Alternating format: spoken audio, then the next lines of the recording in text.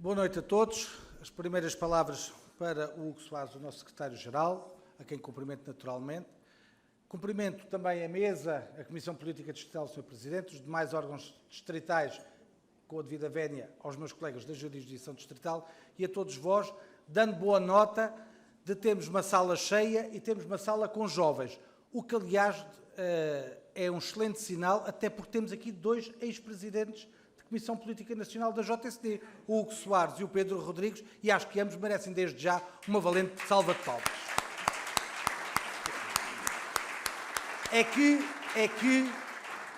É raro estar numa só sala com dois ex-presidentes da JSD que, para quem fez parte da J, e foi a maioria daqueles que aqui estão, mexe connosco, é mesmo assim.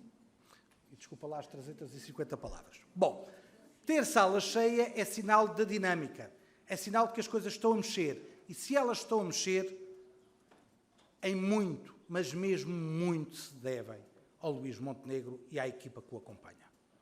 Andámos, meses após meses, nestas assembleias distritais a dizer que o ritmo era parado. Que o ritmo, quando não era parado, era lento. Quando não era lento, era às arrecuas. Quando não era às arrecuas, era aos zigue-zagues. E quando finalmente acabávamos o zigue-zague, lá estávamos nós parados outra vez. Felizmente que a página mudou e hoje temos novamente a liderança que o PSD precisava, mas também a liderança, o estilo de liderança que o nosso eleitorado reclamava. Porque há pouco aqui foi dito, e nós também noutras ocasiões aqui tivemos a oportunidade de falar sobre isso, que houve um divórcio claro entre o nosso eleitorado e a dado momento relativamente à estratégia e à liderança política que nós temos. Agora, felizmente, isso já acabou. Importa é termos todos as pernas suficientes para acompanhar a pedalada do Luís Montenegro. E esse é o apelo que faço a cada um de vós. Mais do que estarmos a olhar para os cadernos eleitorais, mais do que estarmos a olhar para os sacos de votos, todos nós o fazemos. Aqui ninguém é inocente desse ponto de vista. Nós temos que também virar a página. Temos que ter a pedalada que o Presidente da Comissão Política Nacional tem e irmos, em cada um dos nossos concelhos neste distrito, ao encontro das pessoas e dos setores mais dinâmicos. Se nós não o fizermos, estamos a iludir-nos a nós próprios. Trabalhamos muito, esforçamos muito internamente e continuamos divorciados com as pessoas que queremos representar. E não tenhamos dúvidas do seguinte, que aqui já foi dito. Não ganhando o Distrito de Lisboa, Luís Montenegro não será Primeiro-Ministro. Não será o Luís Montenegro, como não será outro líder qualquer nosso. Se nós queremos tirar António Costa ou outro Primeiro-Ministro socialista, temos obrigatoriamente de ganhar o Distrito de Lisboa. Temos todas as razões para nos empenharmos enquanto militantes. O Hugo Soares trouxe-nos aqui um retrato objetivo, fiel, claro, da desgraça que é este governo. Agora, cada um de nós tem que assumir a sua obrigação enquanto militante, enquanto dirigente, enquanto cidadão. É nossa obrigação, e eu aqui não vou ser meigo nas palavras, é nossa obrigação correr com o Partido Socialista do Governo de Portugal. É necessário correr com o Partido Socialista. No tempo certo, no modo certo, mas é preciso correr com o Partido Socialista. E não é por causa do PSD. É por causa das nossas famílias, dos nossos amigos, dos nossos colegas de trabalho, ao fim e ao cabo, em função de Portugal. Se nós queremos acabar com o empobrecimento sistemático de Portugal, temos de tirar de lá o PS e pôr de lá o PSD. Se nós queremos acabar com a degradação dos serviços públicos em Portugal, temos de lá tirar o PS e pôr de lá o PSD. Se queremos acabar com o estrangulamento fiscal, temos de lá tirar o PS e pôr de lá o PSD. Se nós queremos de uma vez por todas acabar com um governo que é uma pouca vergonha de casos, compadrios, de coisas esquisitas que roçam ou até são de corrupção, e temos verdadeiramente um governo com sentido de Estado que sirva aos portugueses, temos de correr com o PS e temos que lá pôr o PSD. E temos de ter essa capacidade de explicar isso às pessoas. Mas para isso temos de sair das nossas sedes, temos de sair Temos deixado de olhar apenas para os cadernos eleitorais. E temos de começar a olhar para quem vive no nosso prédio e perguntar porque é que ainda não votam no PSD e continuam divorciados do PSD. Temos que olhar e pensar, e com isto termino, porque já me estão a dar sinal que já vou nas 600 palavras, termino dizendo, é uma obrigação de todos. Pela minha parte, e estou certo também da maior parte de todos, mas também dos meus colegas da jurisdição distrital, nós somos uns meros soldados, mas basta chamar-nos, cá estaremos a dizer presente. Muito obrigado.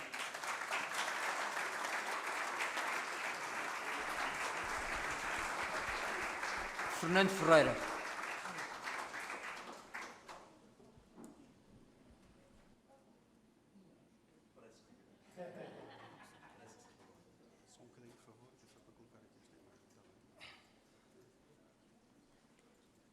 Minuto e meio? Dois.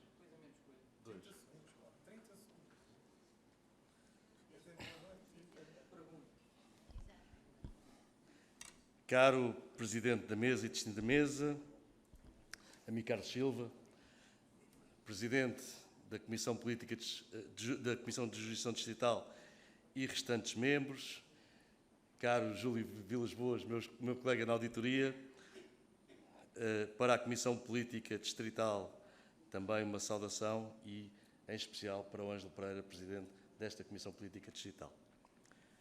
Caros companheiros e companheiras, hoje dirijo-me naturalmente ao nosso Secretário-Geral, ao Hugo Soares. E a primeira nota é esta. Que saudades que Lisboa tinha de um Secretário-Geral próximo dos militantes, com os militantes, com o partido, com Lisboa, com um discurso metropolitano, competente, arejado.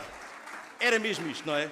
Estávamos com muitas saudades. Obrigado, Hugo, por nos ter trazido essa visão do que deve ser um secretário-geral num partido moderno, como deve ser o PSD. Aumentar decisivamente a nossa votação nas áreas metropolitanas, nas duas áreas metropolitanas, mas também aquilo que nos toca em Lisboa, é fundamental, como já disse o António Jorge. É fundamental porque é aqui que estão concentrados muitos votos, é aqui que se decidem as maiorias na Assembleia da República. Mas para ganhar o país, e ganhar a área metropolitana, ganhar o país, esta CPN tem que mostrar, e já mostrou, e já está a mostrar, um outro empenho, uma outra visão, uma outra pretensão de luta nas áreas metropolitanas, e por isso estamos muito reconhecidos à equipa da CPN, e por isso Hugo Soares manda um abraço ao nosso líder Luís Montenegro pelo esforço que está a fazer nesta luta por Portugal. A análise já foi feita. O secretário-geral foi muito claro. Portugal está pior, mas, essencialmente, os portugueses estão muito pior. E por isso é preciso apresentar as nossas propostas, sem medo, com qualidade, mas sem medo. E criticar a mentira e a propaganda socialista. Temos que combater o discurso, já de todos conhecido, mas que continua a ser repetido 8 anos depois, que a culpa é do Passos. Temos que combater isto. Temos que combater também aqueles que dizem que a culpa até é dos governos do professor Cavaco. E mais, há outros que dizem que até é antes, é das políticas dos governos de direita dos anos 70 e 80. Isto é inacreditável, mas é o que nós ouvimos. Temos que denunciar quem se apropria da máquina do Estado a seu belo prazer e fazem tábua rasa da lei, com a cobertura de quem devia, em primeiro lugar em Portugal, defender a Constituição e as leis dela emanadas. Temos que enfrentar sem medo a máquina de propaganda socialista e na comunicação social que barra a nossa mensagem, de forma contínua. Num país diferente, noutro país, com outra cultura democrática, com outra visão da legalidade, este governo já teria sido demitido. Porque não cumpre o que promete, porque não é sério nas suas ações, porque não é competente na sua composição e porque nunca assume nada, mas nada, que não seja o seu próprio sucesso. Finalmente, porque destruiu o capital financeiro e de credibilidade nacional e internacional deixada pelo nosso último governo. Uma última palavra para um tema que raramente é falado quando falamos da situação nacional, mas que tem um impacto forte naquilo que é o nosso projeto de conquista do poder por Portugal e pelos portugueses. É o esforço hercúleo que está a ser feito na governação da Câmara Municipal de Lisboa, onde temos apenas 7, a nossa coligação, que o PSD integra e lidera, tem 7 membros no Executivo de 17. Portanto, no órgão de governação, no próprio órgão de governação, não é na fiscalização, há mais gente da oposição do que aqueles que ganharam as eleições pela vontade livre dos lisboetas. E, portanto, meus amigos e minhas amigas, caros e caras companheiros, vale tudo na governação em Lisboa. Boicotes, esquemas, truques, peripécias para impedir a governação, situações arranjadas para impedir a aplicação das propostas dos novos tempos. Vale tudo. Todos os dias vale tudo. Temos que estar, portanto, solidários com Lisboa, com o nosso Presidente Carlos Moedas e também com o nosso Presidente da Comissão Política Distrital, que tem uma parte substancial das responsabilidades de gestão diária que fazem com que os lisboetas tenham todos os dias melhor qualidade de vida. E por isso... Obrigado. Termino dizendo que, tal como em Lisboa, também a CPN precisa de qualidade que tem, capacidade que tem, determinação que tem, muita resistência que sei que tem e muita coragem e apoio que todos queremos dar para que consigamos, através do patamar de Lisboa, ganhar nas próximas eleições legislativas Portugal, não pelo PSD, mas por Portugal e pelos portugueses. Muito obrigado.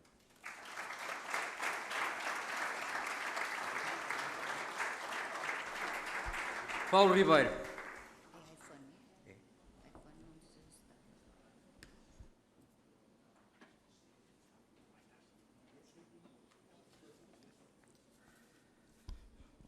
Muito boa noite a todos. As minhas primeiras palavras naturalmente vão para o Hugo Soares, o nosso secretário-geral.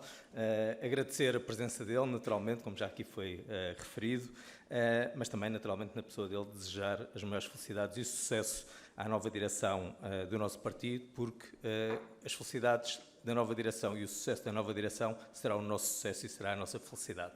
Portanto, um grande abraço. Segundo, gostaria de dizer ao Fernando que pode estar descansado, já comecei a ir ao ginásio, já estou pronto, já estou pronto para começar a correr atrás do Luís Montenegro. Vamos a isso, muito bem. Bom, eu queria tentar aqui cingir-me às questões relacionadas com o orçamento, que foi o tema que estava na ordem de trabalhos, mas vou abordá-lo num sentido um bocadinho mais lato, se me permitirem, não em torno de pontos ou medidas ou propostas concretas. Mas sinalizar alguns pontos que me parecem importantes e que, em parte, até vão ao encontro daquilo que o António Jorge Lopes e o Fernando Ferreira já aqui referiram, que tem a ver com a importância da área metropolitana de Lisboa para que o PSD possa voltar a ser governo. Todos nós sabemos, na área metropolitana de Lisboa vivem cerca de 20% da população, ou mais, elege 48 dos 230 deputados e, portanto, e diz-nos o nosso registro histórico, como a única exceção, que para ganharmos o país temos que ganhar a área metropolitana de Lisboa. Portanto, não há dúvidas nenhumas em relação a isso. A questão fundamental é o que é que nós temos que fazer para ganhar a área metropolitana de Lisboa. Para que quem reside, quem trabalha, quem estuda na área metropolitana de Lisboa, volte a acreditar em nós. Esse é que é o ponto. Nós, mobilizados, estaremos certamente empenhados. Nós queremos é que os que estão lá fora voltem a acreditar em nós. E a questão é o que é que nós temos que fazer para que eles voltem a acreditar em nós.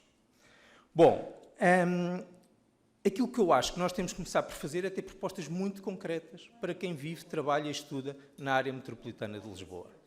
Foi aqui dito e bem que nós temos propostas, até algumas delas apresentadas pela Distrital. Eu pergunto aos presentes aqui na sala quem é que conhece as propostas que impactam diretamente na vida de quem vive, trabalha e estuda na área metropolitana de Lisboa, que foram apresentadas pelo PSD em sede de discussão do Orçamento de Estado.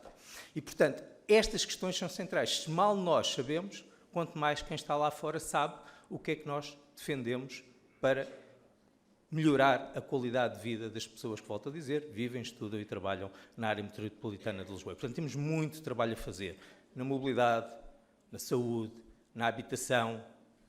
É essencial termos propostas claras, começarmos a apresentá-las, não esperarmos pelas próximas eleições legislativas para o fazermos, porque temos que fazer com que as pessoas comecem a acreditar em nós. E este é um trabalho de fundo e não se ganha a confiança das pessoas do dia para a noite.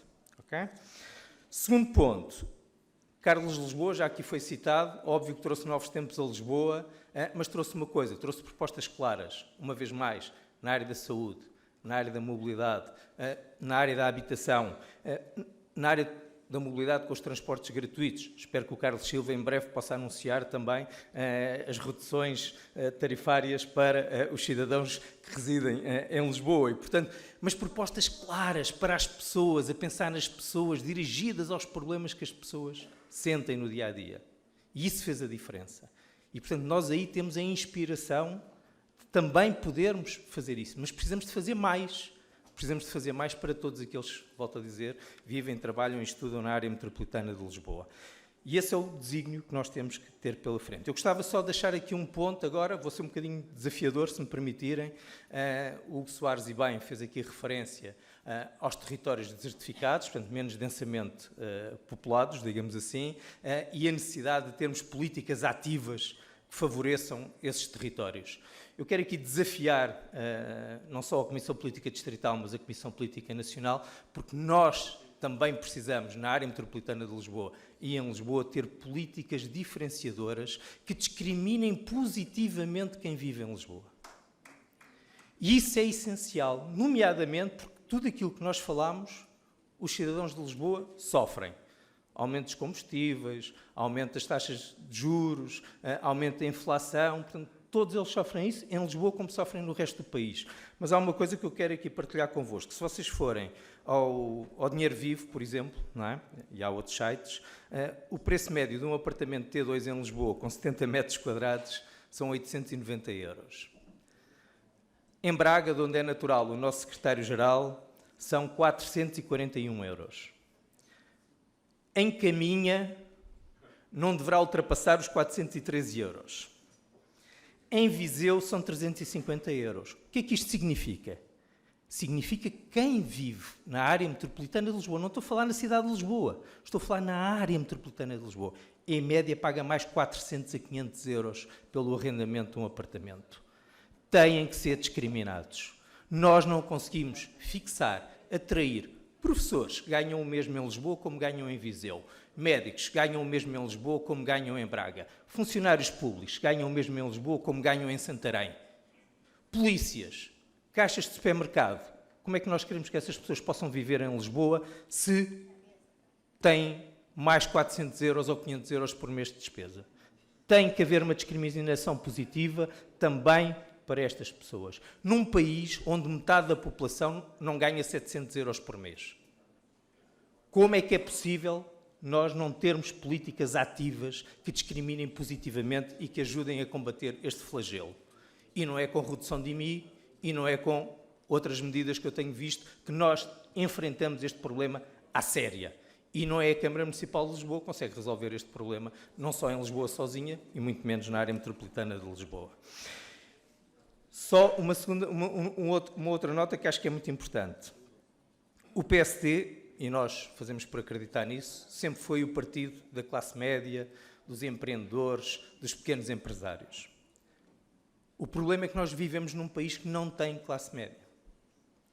E, portanto, primeiro desígnio, políticas que discriminem positivamente quem reside nestas áreas que referi, áreas metropolitanas de Lisboa, e naturalmente no Porto acontecerá, se calhar em menor escala, mas acontecerá também o mesmo. Mas também precisamos de ter presente que nós não temos hoje classe média. E porquê é que eu digo que nós não temos hoje classe média? E que o nosso segundo desígnio tem que ser iniciar um processo de desenvolvimento de uma classe média forte. Deixem-me partilhar convosco este dado. 90% dos portugueses ganham menos de cerca de 1.600 euros. 1.600 euros é o ordenado mínimo na Bélgica para um jovem com 18 anos que começa a trabalhar. 90% dos portugueses ganha menos que o ordenado mínimo na Bélgica. Nós não temos classe média. E precisamos de desenvolver uma classe média robusta. Isso implica desenvolvimento económico, implica investimento na educação, implica, obviamente, políticas fiscais, implica tudo isso. Mas é um desígnio nacional. Nós temos de ter classe média. E não temos classe média quando 90% dos portugueses ganham menos que o ordenado mínimo na Bélgica. Que o menor dos ordenados mínimos na Bélgica. E, já agora deixem-me só dizer isto, é que em termos de ordenado base... Carlos, vou terminar. Em termos de ordenado base são 1.600 euros. Mas um português em Portugal paga de IRS quase 300 euros. Na Bélgica, o mesmo belga que ganha os mesmos 1.600 euros, paga de IRS 40 euros. Estamos conversados? Bom, portanto, há muito a fazer. E para terminar, e é o meu terceiro desígnio, mas eu vou ser muito rápido, Carlos, e vou pegar nas palavras da Filipa Roseta, permitam-me, o terceiro desígnio é acabar com a pobreza. E nós, de facto, temos que acabar com a pobreza. A pobreza interessa, aparentemente, a alguns partidos, não interessa ao PSD.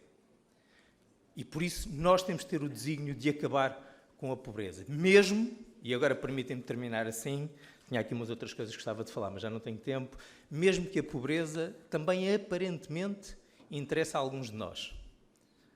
Okay? Porque se assim não fosse, não era aí que teríamos, e permitam-me dizer isto com muita frontalidade, não era aí que teríamos o terreno fértil para desenvolver tantos sindicatos de voto como já aqui foram referidos. Muito obrigado e boa noite a todos.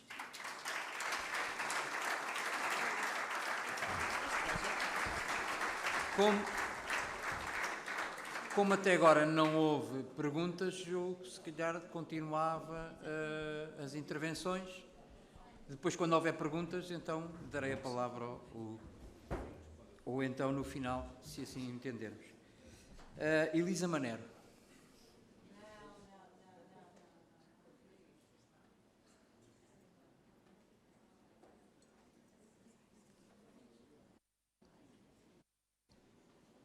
Não sei se soube. Bom, boa noite. Bem-vindos a Santo António. Estamos na freguesia de Santo António, da qual eu tenho a honra de fazer parte da Assembleia de Freguesia, na qual resido, na qual aprendi com o meu presidente que todos os dias nós devemos fazer campanha.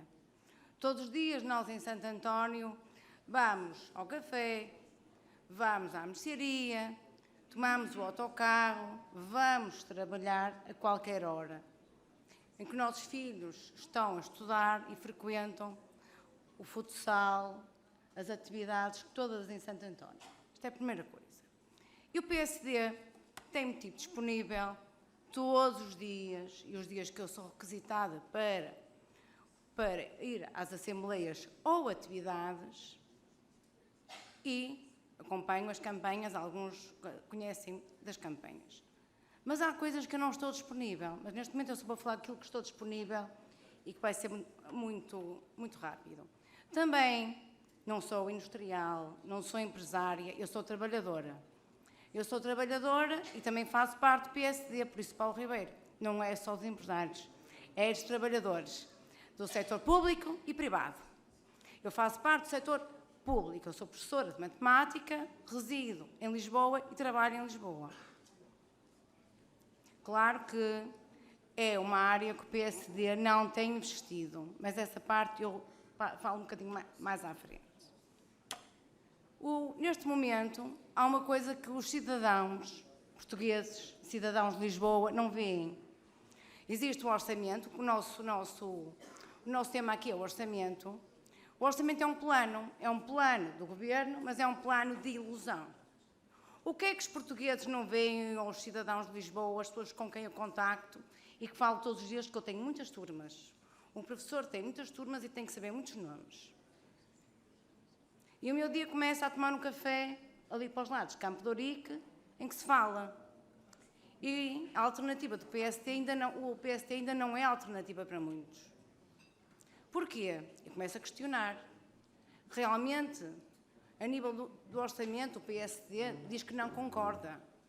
Mas eu, infelizmente, não vejo um escrutínio duro ao grau de execução do orçamento, aos relatórios financeiros que o Governo emite e à execução e ao grau de execução do orçamento.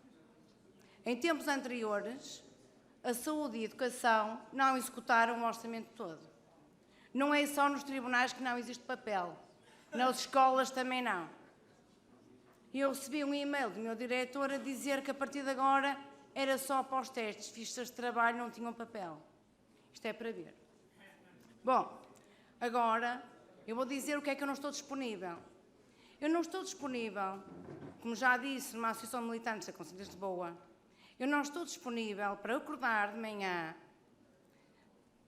tomo o meu café, vou ver as notícias e vejo notícias que considero lamentáveis de altos responsáveis do PSD, Lisboa, Oeiras, Odivelas, Loures. Isso eu não estou disponível para ler e ouvir. Enquanto não conseguirmos que estas notícias deixem de existir, o PSD não é um partido atrativo. Infelizmente, essa parte eu não estou disponível. Eu não dou a minha cara por alguém cujo jornal eu abro e vejo em letras garrafais que há aquela buscam ou a outra. Porque a minha casa, a polícia, nunca foi. Nunca fui acordada de manhã com a judiciária. E imagino que a maior parte das pessoas que estão aqui também não é? Pronto. Para concluir, porque é assim, Sr. Secretário-Geral, não é só aqui coisas boas que espero ouvir, não é? Atenção. Como? O Orçamento de Estado, pronto, precisamente. É sobre o Orçamento de Estado, pronto. O Orçamento de Estado da Educação é menor. O Orçamento de Estado da Educação não investiu nos procedimentos de transição digital e vou explicar porquê. Nós alunos receberam computadores, alguns receberam internet, mas não recebemos pacotes de programas digitais para trabalhar. Porque eu, se me quero fazer pagar o meu trabalho, não vou andar infindavelmente a utilizar as ferramentas gratuitas dos vários programas. Então eu tinha que ter para aí uns 50 e-mails, porque para cada ferramenta gratuita eu só posso usar uma vez, por exemplo. Eu, por exemplo, Padlet, só posso ter 3 Padlets. Ora, eu tenho turmas e tenho projetos. E como só posso ter 3 Padlets, neste momento tenho 4 e-mails para poder usar 12 Padlets. Também só posso ter uma assinatura do Google Crocas. Existe uma série de ferramentas informáticas que são pagos pela educação e que não foram executadas. E eu gostaria de ver isto bem vincado no relacionamento ao orçamento da educação. Realmente, os orçamentos da educação são vitais para o país. As áreas estratégicas... Elisa, sou eu que estou a pedir para terminar, está bem? Muito obrigada. Eu acho que considerar as áreas estratégicas da saúde e da educação são fundamentais, por isso gostaria que essa parte fosse bem vincada, e escrutinada na Assembleia da República. Boa noite, pela demora.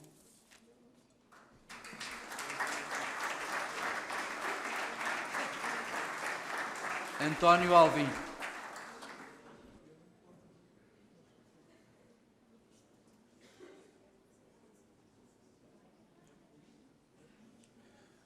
Boa noite a todos. Nos centros de saúde também não há papel. Falando sobre o orçamento da saúde, que o Governo anunciou que tinha o maior aumento sempre para a saúde, cerca de 13,5%, salvo erro de aumento. O relatório do Observatório da Universidade Nova do Pita Barros sobre a despesa da saúde fez uma análise do orçamento e concluiu que mais de 50% do orçamento é destinado a investimento. Ou seja, é aquela parte que vai ser cativada.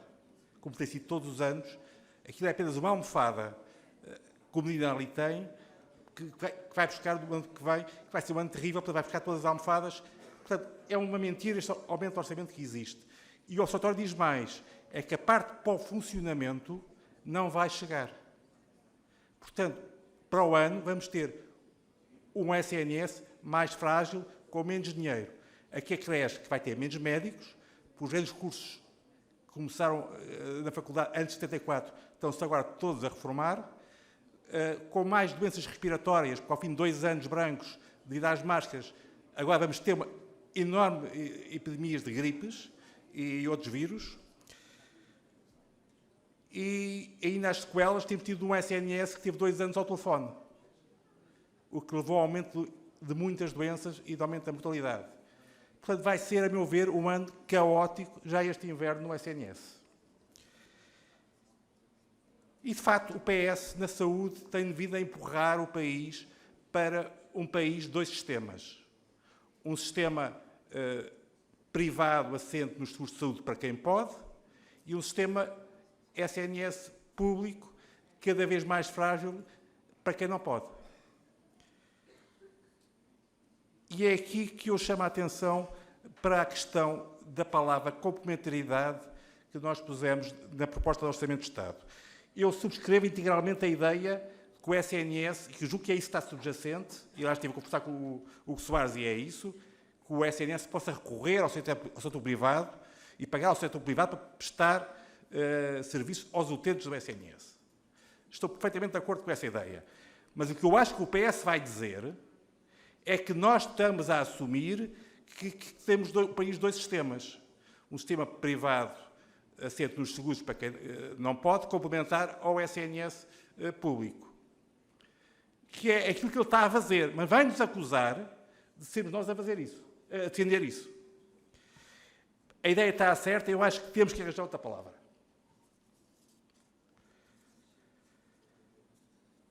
Eu estou perfeitamente de acordo com o que o António Jorge Lopes disse, que para ganhar o país precisamos ganhar Lisboa. E há 3 congressos que eu defendo, para ganharmos Lisboa, precisamos dos núcleos. Porque é nos núcleos, e que são uma obrigação estatutária. Os militantes, estão nos estatutos, militam nos núcleos. Participam da atividade do partido nos núcleos. E em Lisboa temos há uma dezena de anos os núcleos fechados. Eu abri um núcleo em Benfica, estamos a aguardar a homologação. Foi dito que, no último distrital, que não podia ser homologado, porque já existiam, já tinha havido, os núcleos tinham sido homologados há 4 anos, e eu pergunto, se os núcleos estão homologados há 4 anos, porque é que nunca houve eleições para os núcleos? Quando a Conselhia não promove as eleições, compete à distrital convocar as eleições. E há 4 anos que não existem eleições para os núcleos. Esta parte é fundamental. Muito obrigado, António. Queria chamar é muito rápido, mais uma informaçãozinha sobre os serviços públicos. Eu formei-me, eu fiz 66 anos e 7 meses em 5 de agosto e, para o meu espanto, não estava formado porque a Caixa Nacional de Pensões ainda não tinha dado informação. Passaram 6 meses e ainda não me deram informação. Porque dizem eles que não temos pessoal. Só mais uma questãozinha também. Eu queria fazer uma proposta, uma recomendação, que na Avenida Lusíada, em Lisboa, se alterasse a velocidade. Porque está a 50 a hora, uma via de 3 faixas, é uma caça à multa. Agora, António, isso é um tema para uma próxima Assembleia Distrital. A 50 metros dos finais, passa para 50, mas do resto 80. Era isto.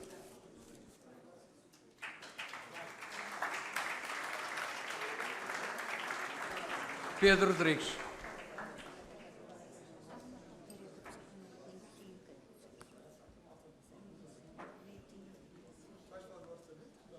Já vais ver.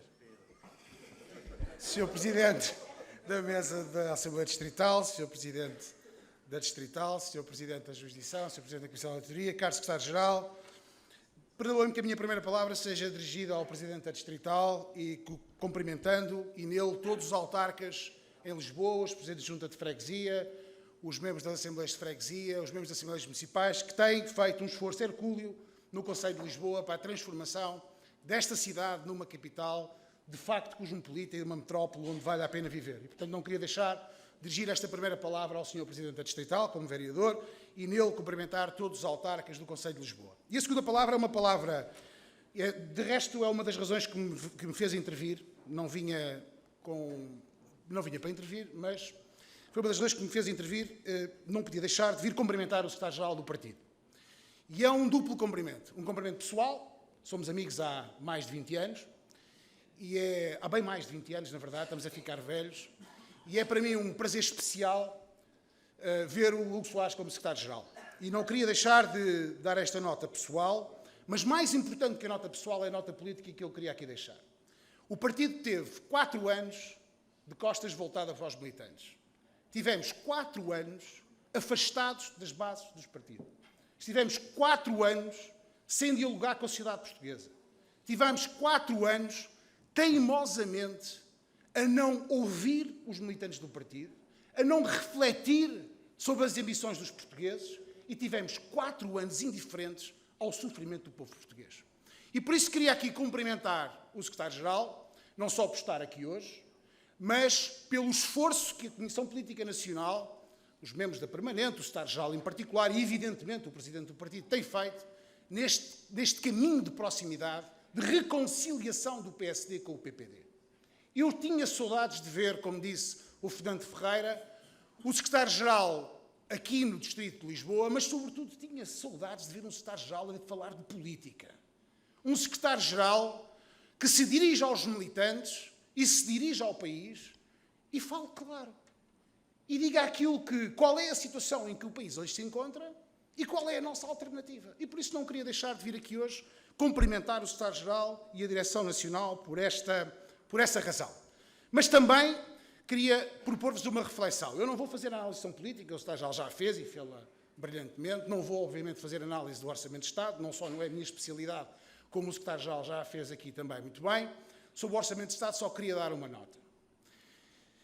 Este Orçamento de Estado é mais um Orçamento de Estado igual a tantos outros orçamentos que o Partido Socialista apresentou nos últimos 27 anos em 20 que governou.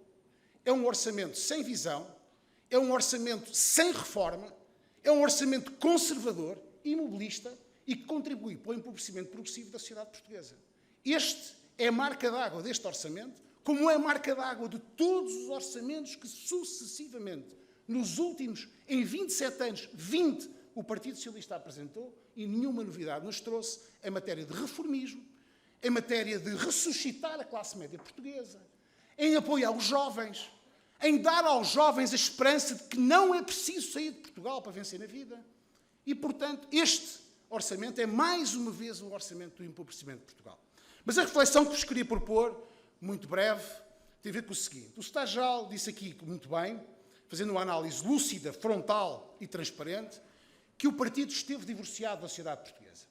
E fez aqui o elenco de um conjunto de sucessivas trapalhadas que este governo tem sucessivamente brindado o país e explicou aqui e deu nota aqui de forma muito clara como este governo mostra cansaço, como este governo não tem visão, como este governo não tem futuro. Nem o governo, nem Portugal com este governo a governar. Mas eu quero dizer ao Sr. Secretário-Geral, ele sabe a minha opinião sobre isto, mas aos militantes de Lisboa, com toda a franqueza, que isso não chega para chegarmos ao governo. Eu devo dizer que não é o cansaço do Partido Socialista, não são as sucessivas trapalhadas, não é a ausência de visão estratégica do Partido Socialista que nos conduzirá ao governo de Portugal. De resto, esta falta de visão, esta falta de projeto, esta falta de futuro já se verificava nas últimas eleições legislativas e não foi suficiente para chegarmos ao governo.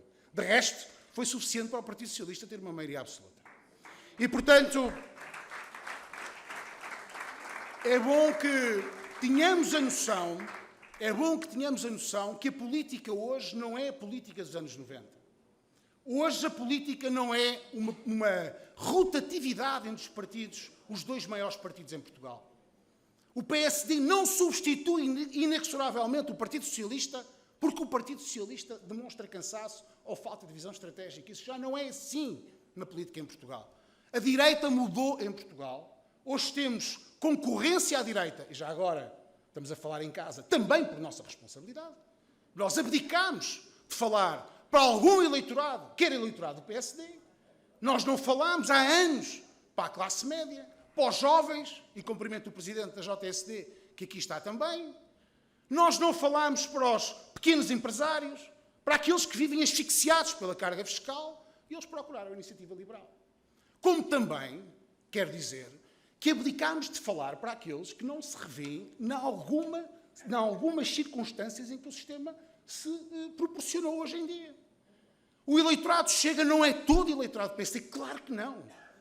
Mas, caramba, eu conheço muito boa gente que era eleitora do PSD, empresários em Portugal, advogados, médicos, funcionários públicos que votam no Chega porque nós abdicámos de dizer as verdades ao país e passámos a falar redondinho, no politicamente correto, para agradar ao Centrão e para um certo país.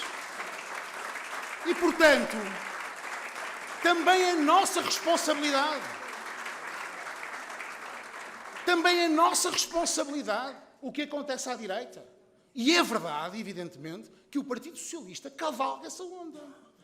Aliás, a ambição do Partido Socialista é óbvia.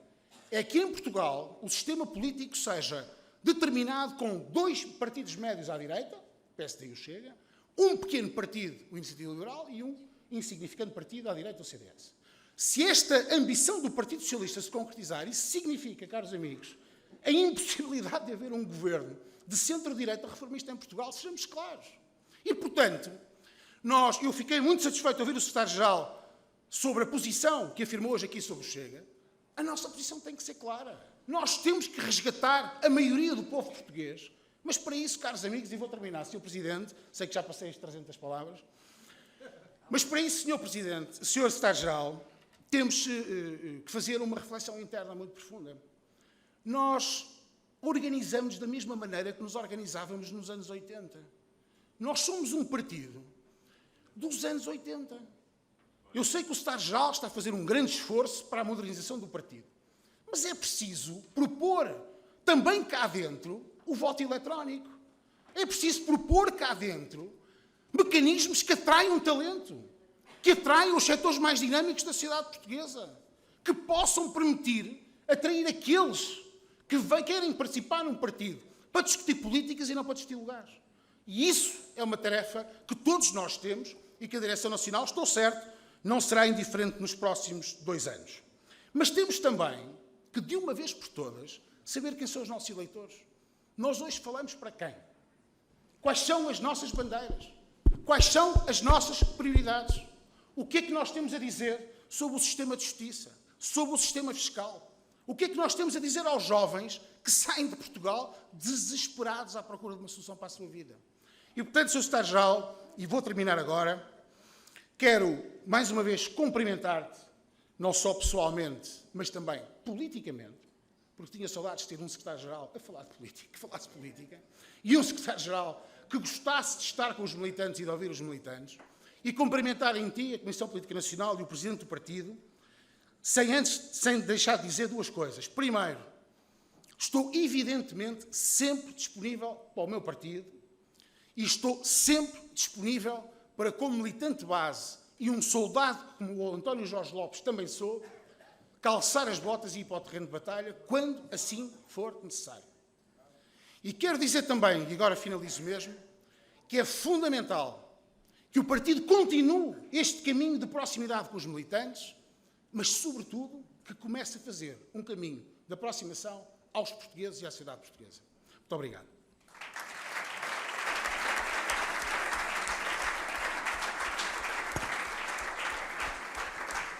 André Pardal.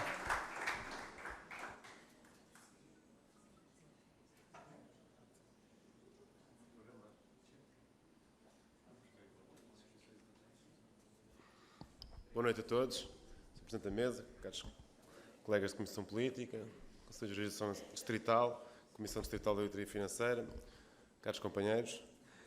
Minhas primeiras palavras também são dirigidas ao Secretário-Geral, um amigo também, que não só veio aqui em representação da Comissão Política Nacional, como foi fazer uma intervenção sobre o Orçamento de Estado, que de facto é o principal instrumento financeiro do país, e também, obviamente, com ele partilhei algumas lutas no JSD e está, como aqui já foi dito, num momento difícil, porque não vamos, e estamos em família, a escamotear a realidade, num momento difícil para o partido, num momento em que o partido se tenta reerguer, o partido a nível nacional se tenta reerguer de anos difíceis e, obviamente, que todos somos poucos para contribuir para essa união. E, portanto, as minhas palavras de amizade e de de solidariedade para com o Hugo Soares, ele sabe que são verdadeiras.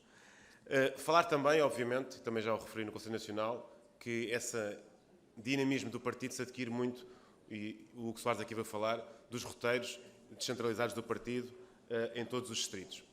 E é também com estes roteiros, e que eu aqui concordo em muito com o que o Hugo referiu, que obviamente o PSD só ganha o país em eleições legislativas nacionais quando ganhar fortemente, e eu friso este fortemente, eleições no distrito, na área metropolitana de Lisboa, que não engloba só o distrito de Lisboa. Nós, feliz ou infelizmente, são as circunstâncias do país.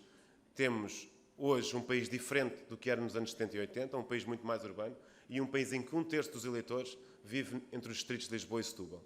E o PSD, que é um partido urbano, rural, com militantes e que dirige neste momento, não foi aqui dito, as 2 regiões autónomas, é um partido que tem que ter palavras e que tem que ter ideias e esperança também, não só para o país que está desertificado, infelizmente, mas também para o país urbano. Como aqui foi dito, penso que pelo António Jorge Lopes, se não foi pelo Fernando Ferreira, para as 2 áreas metropolitanas.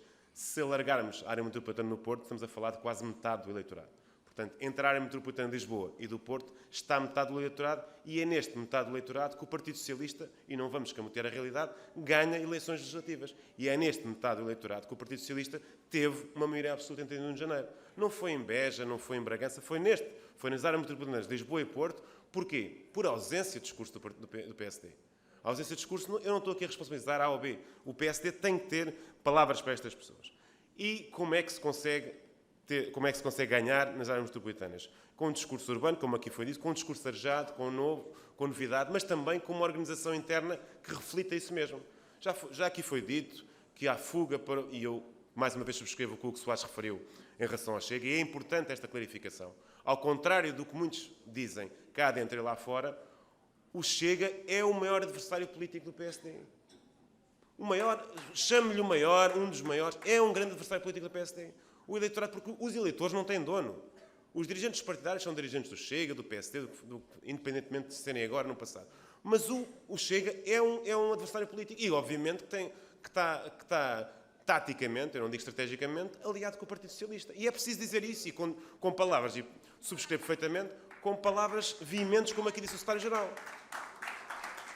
E friso mais, e quem não o diz está a ser, taticamente, mais uma vez, complacente com o discurso de idiota útil. Quem acha que o PSD vai para o governo à custa do Chega está a ser complacente e está a fazer o discurso de idiota útil para quem? Para o Partido Socialista. E, portanto, é importante dizer isto, aqui dentro e lá fora. Claro, com formas diferentes.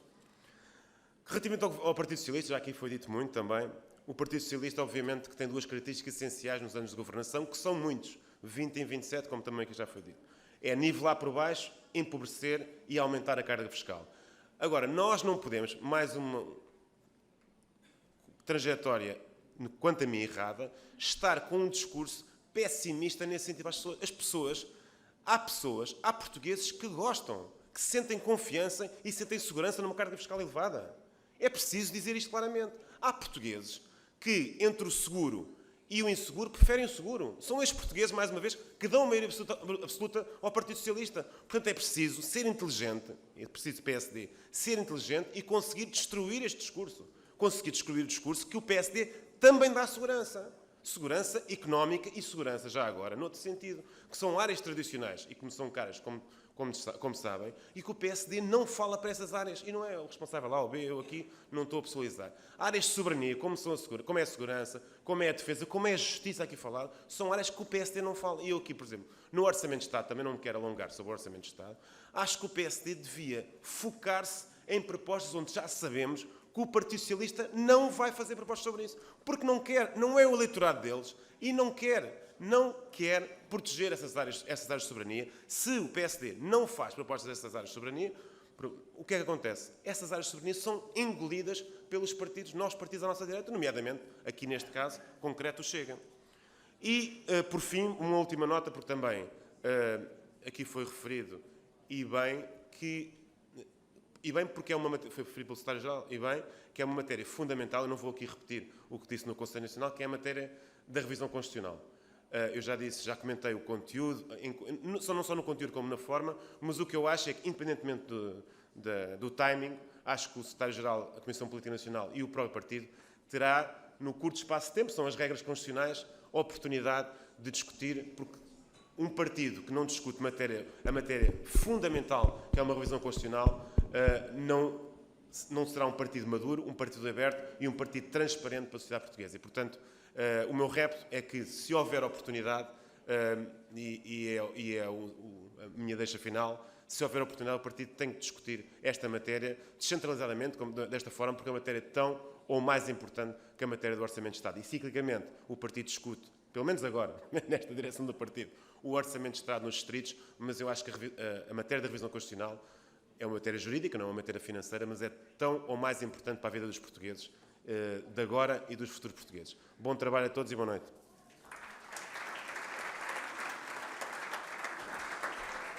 Félix Xmeni.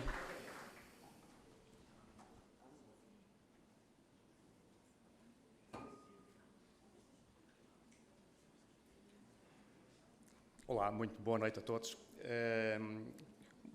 Primeiro, cumprimentar o Secretário-Geral, Hugo Soares, que fez aqui uma intervenção notável, foi o essencial, refocou aquilo que era fundamental, e no Ângelo, os autarcas portugueses, que têm um papel determinante nesta relação de proximidade com as populações.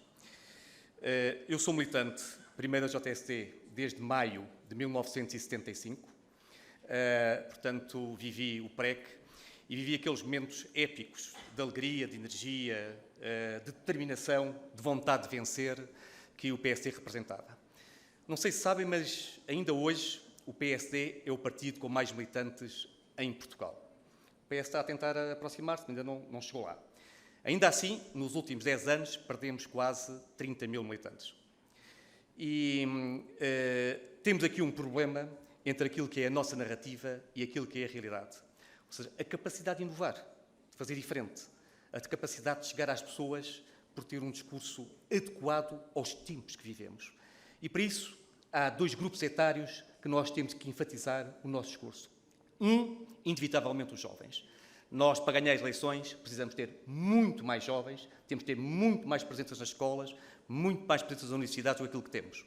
Foi assim que nós éramos muitos, mas queríamos e passámos a ser milhões, como dizia Mota Pinto.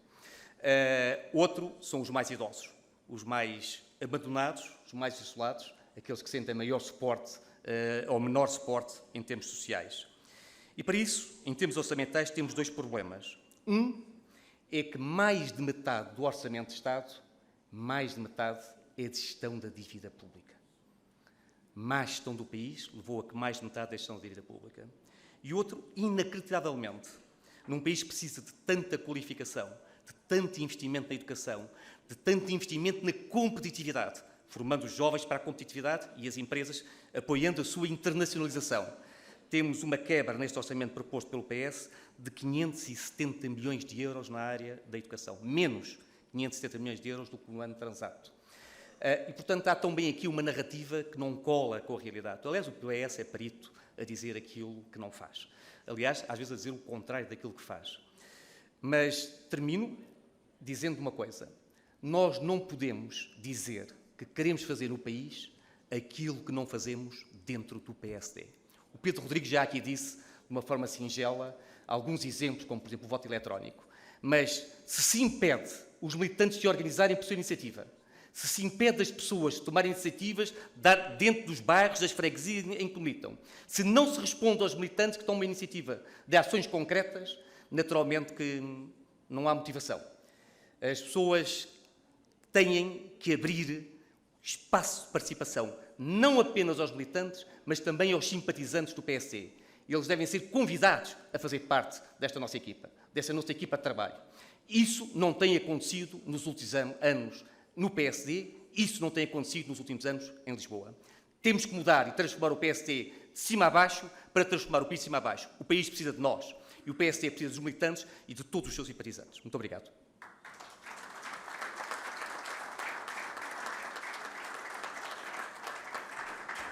Pedro Capelo.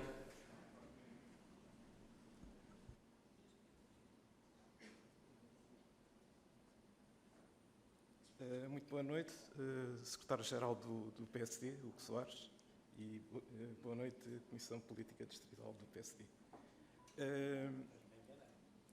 Eu venho a expor, digamos, a realidade do país. Nós somos um país que viveu o 25 de Abril, em que se investiu imenso na indústria, ou seja, nas petroquímicas, nas refinarias, em Sines. Pedro, não se importa de se aproximar um pouco mais do micro? Pelo país fora. Entretanto, o país foi-se degradando no setor industrial, bem como noutros setores, e apostou-se no turismo. Na realidade, o que é que o governo do PS fez? Pegou no orçamento de economia, que eram 4 mil milhões de euros, e espetou 3 mil milhões numa só empresa, que foi a TAP.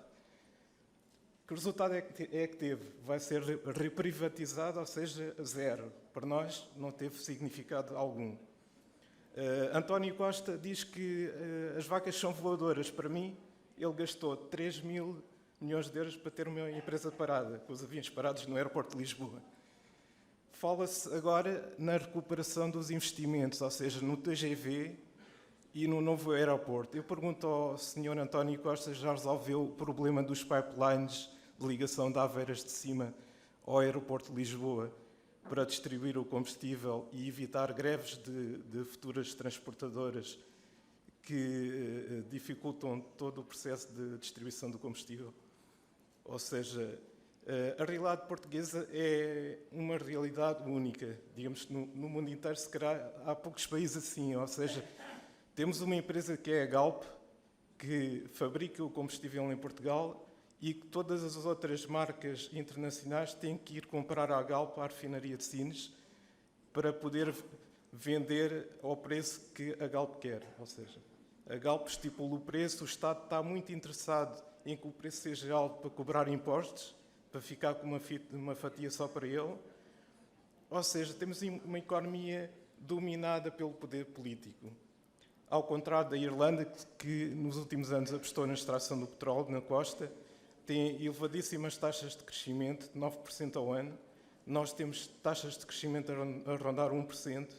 Não se compreende. Nós temos uma costa também, é um país à beira-mar plantado, como se diz nos descobrimentos.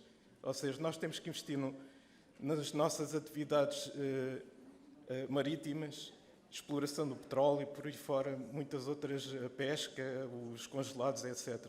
Muitas outras atividades. O que eu vim também salientar é que o país está a empobrecer, como foi dito aqui. A realidade é que o Partido Socialista confia muito no Sr. Engenheiro António Guterres. Para quem não sabe, António Guterres tirou o curso, acho que no técnico, com média de 19 valores, e foi trabalhar para o gabinete da área de Sines, em que começou a investir no petróleo e nos químicos. Ou seja, a transição energética que agora António Costa fala, que é a descarbonização, o fecho das centrais de Sines e do Pega, carvão, e a aposta, primeiro pensou em apostar no lítio, mas depois viu que o lítio, afinal, polui o ambiente. Então pensou no hidrogénio, e agora está à espera que o Guterres diga quando é que podemos avançar com o hidrogénio, porque temos a refinaria, a central termoelétrica de Sines parada para ser convertida assim como a do Pego.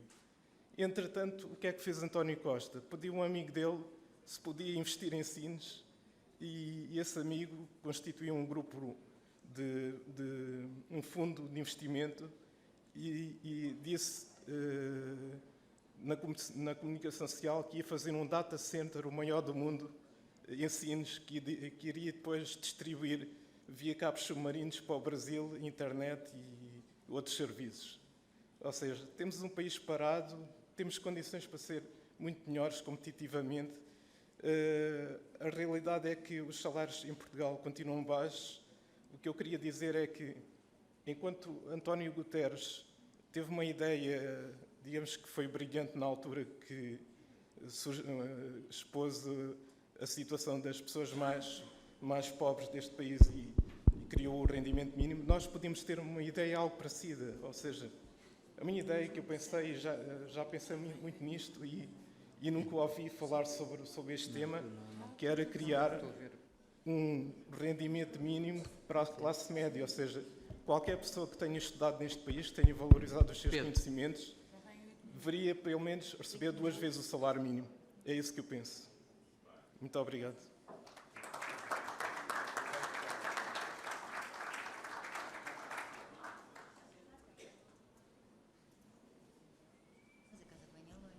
Apenas um bocadinho, porque naturalmente penso que toda a gente quer falar para o secretário-geral.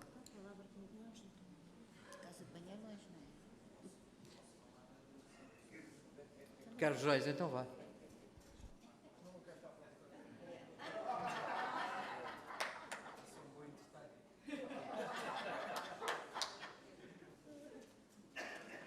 Bem, vou fazer aquilo que os entertainers costumam fazer, não é? Fazer o warm-up, enquanto o secretário-geral não vai. Peço desculpa pelo meu atraso, Sr. Presidente da Mesa, caros companheiros, Presidente da Distrital.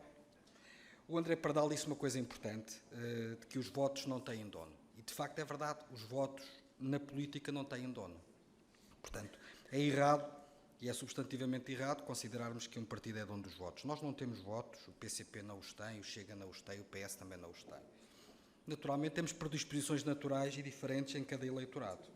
Mas há uma coisa que o André disse e que eu gostava de aprofundar, que eu discordo na declaração que ele disse, na formulação que ele disse, mas que acabamos por depois chegar à mesma conclusão. Mas que eu acho que é importante também aprofundarmos isto, e até porque todos temos aqui responsabilidades, e temos responsabilidades de diálogo político, de participação política, de formação política. Tem a ver precisamente com a questão do Chega. Em primeiro lugar, apenas um parênteses, é mau sinal quando nós nos definimos por antinomia com os outros. E nós, na política, devemos nos sempre definir em relação a nós mesmos. Nós temos um programa, temos uma história, temos biografias, temos líderes e, portanto, temos um corpus político que não precisa de comparação com partidos emergentes à nossa direita. Mas há uma questão que não pode deixar de ser dita. Não é o Chega que é o nosso principal adversário. Peço desculpa. O nosso principal adversário é o Partido Socialista, é o António Costa. É o Partido Socialista que está a fazer decair o nosso país. E é o Partido Socialista que está a lograr fazer nesta República aquilo que não logrou fazer na Primeira República, que é a consolidação de um regime de partido natural de poder. Mas, no entanto, o Chega é, de facto, o partido que mais nos prejudica. E, nesse aspecto, eu percebo aquilo que tu quiseste dizer em relação a isso. E o partido é o partido que mais nos prejudica porquê? Porque degrada o debate político, degrada a democracia, corrompe os nossos valores pátrios, porque faz confundir o amor à pátria com o amor à autoridade e faz confundir a autoridade com a violência sobre o outro. Porque apela ao caudilismo, ao messianismo, tudo coisas completamente adversativas daquilo que somos, daquilo que o Partido Francisco Sá Carneiro fundou, e é absolutamente indecoroso que alguém um dia se possa apropriar do legado de Francisco Sá Carneiro que não nós. E é divisivo do nosso eleitorado. Mas, acima de tudo, é uma coisa importante que temos que explicar naturalmente. Isto explica-se. Explica-se aos seus eleitores e a quem vota. É que um voto no Chega é um voto que é objetivamente, imaginem numa situação hipotética de ultrapassagem do Chega, do PSD pelo Chega, o voto no Chega conduzirá a uma incompatibilidade objetiva com a presença da União Europeia e na NATO. É isso que temos que perceber, é isso que tem que se explicar. Ou eles deixam de ter o programa que têm, ou deixam de defender o que defendem, ou passam a defender outra coisa qualquer.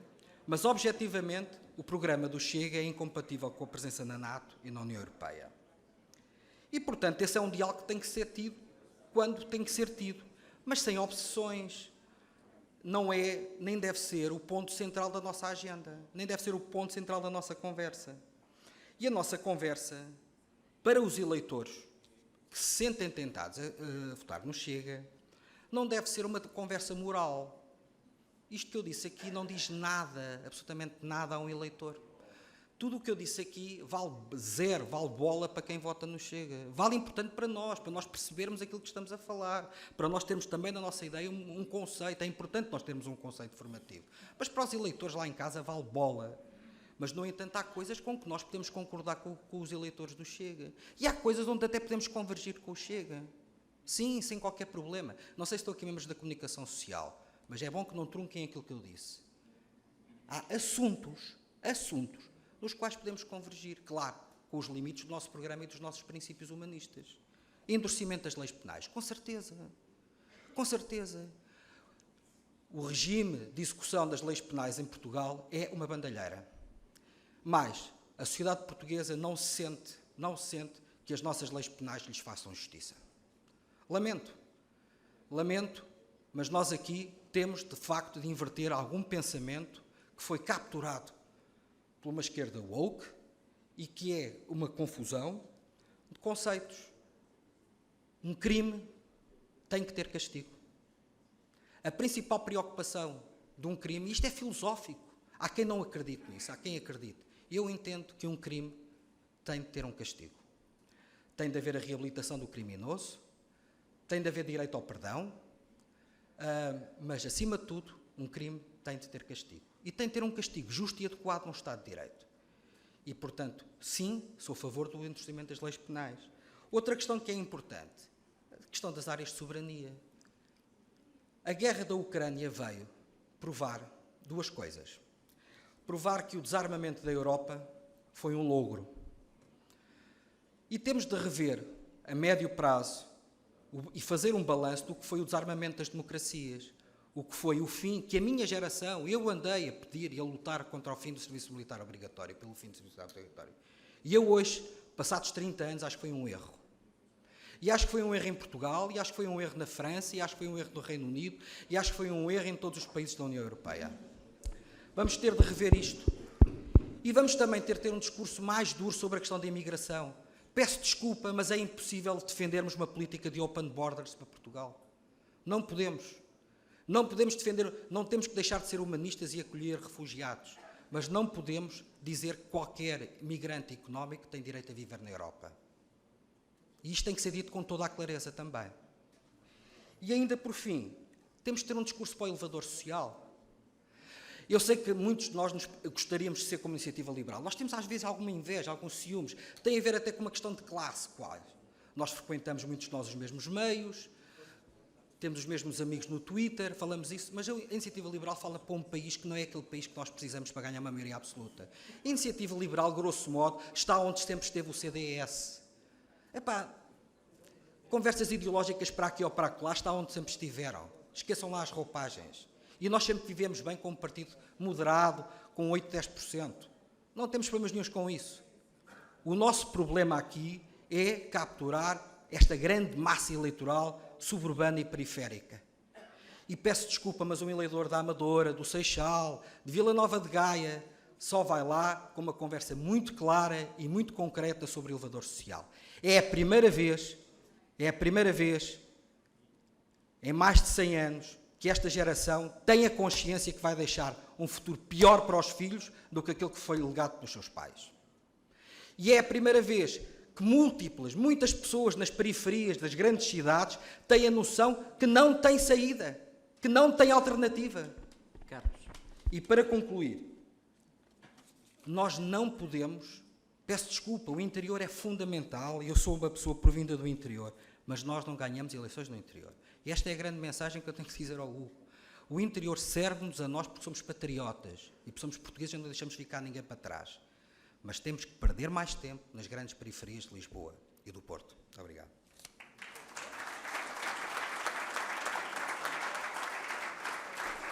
Hugo Luís.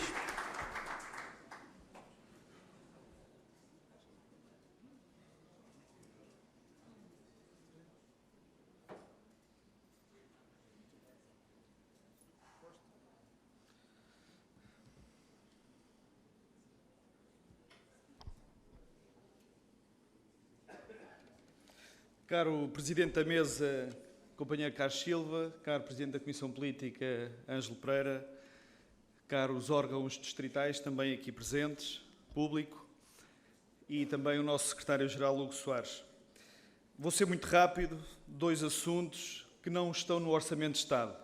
Estamos aqui a falar do Orçamento de Estado e é isto que me preocupa para 2023. Economia social.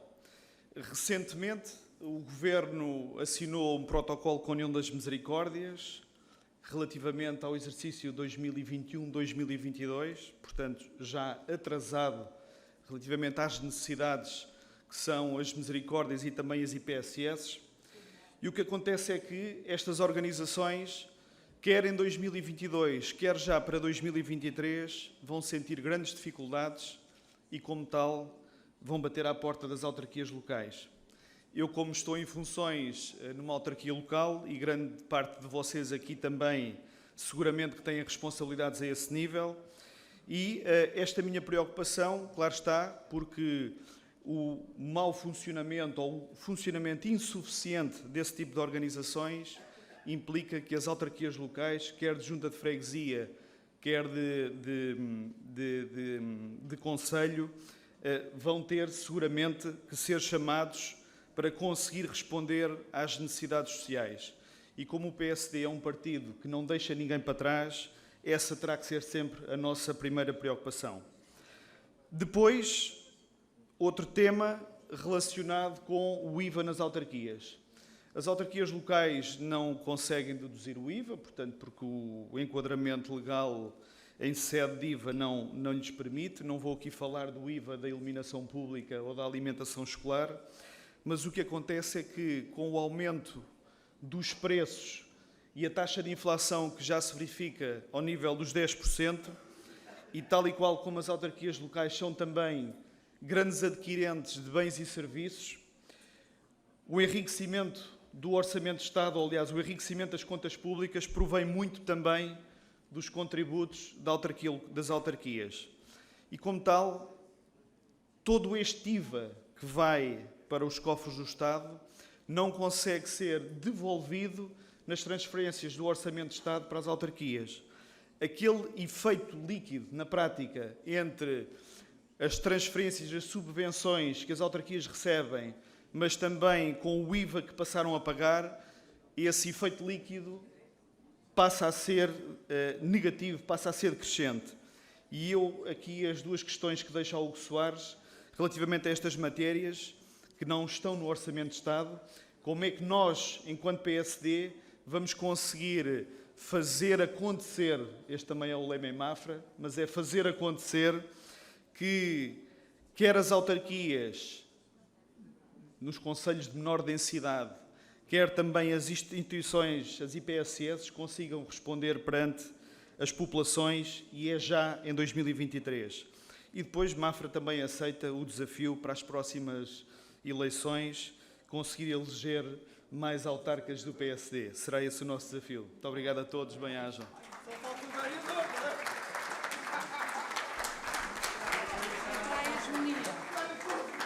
Luís Newton. Luís Newton.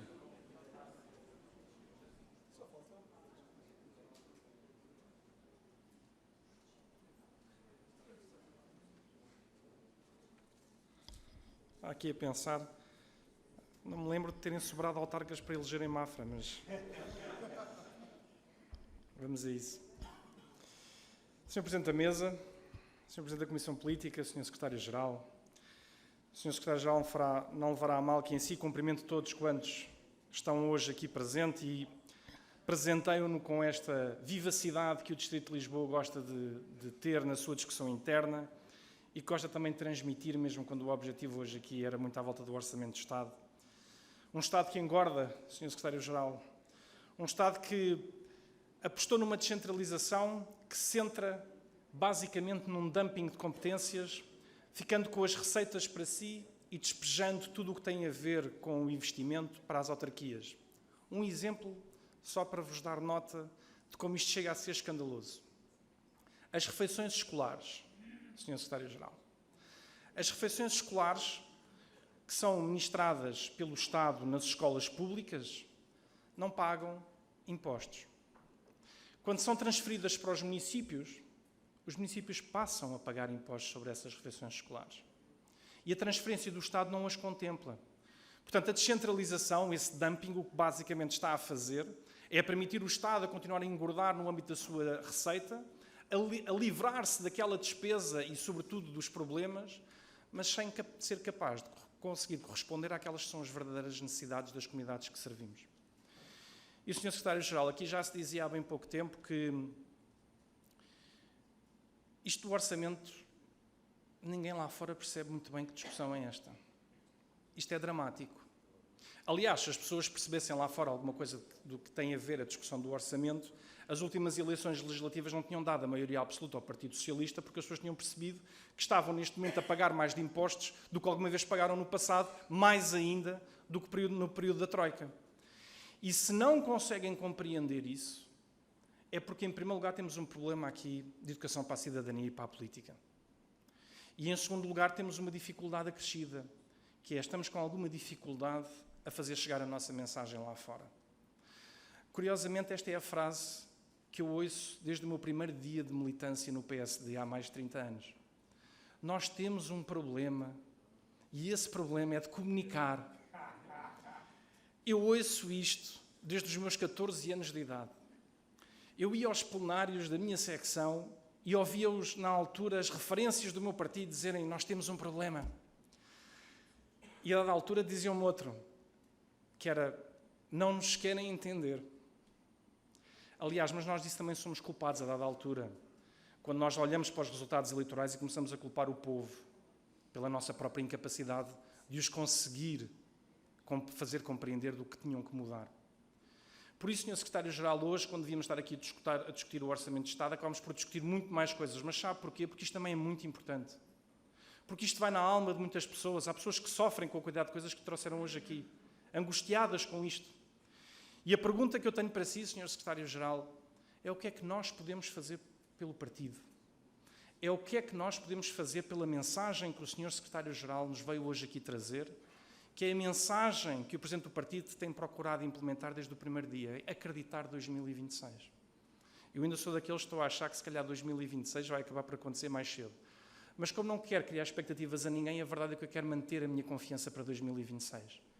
Mas a verdadeira pergunta que eu acho que este distrito tem que ser capaz de responder depois da sua presença hoje aqui é, parafraseando Kennedy, o que é que nós podemos fazer pelo nosso país? E, Sr. Secretário-Geral, o que nós podemos fazer pelo nosso país é resolver desde logo este problema sistémico de não conseguirmos comunicar.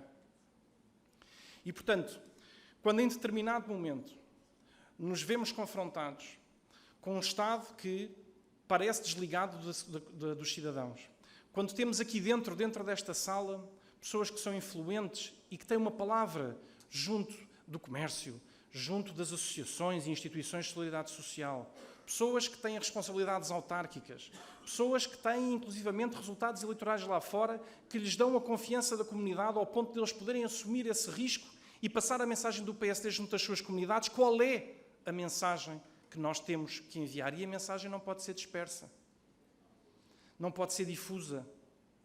Nós temos que ir ao ponto daquilo que as pessoas querem ouvir. Vou-lhe dar um outro exemplo.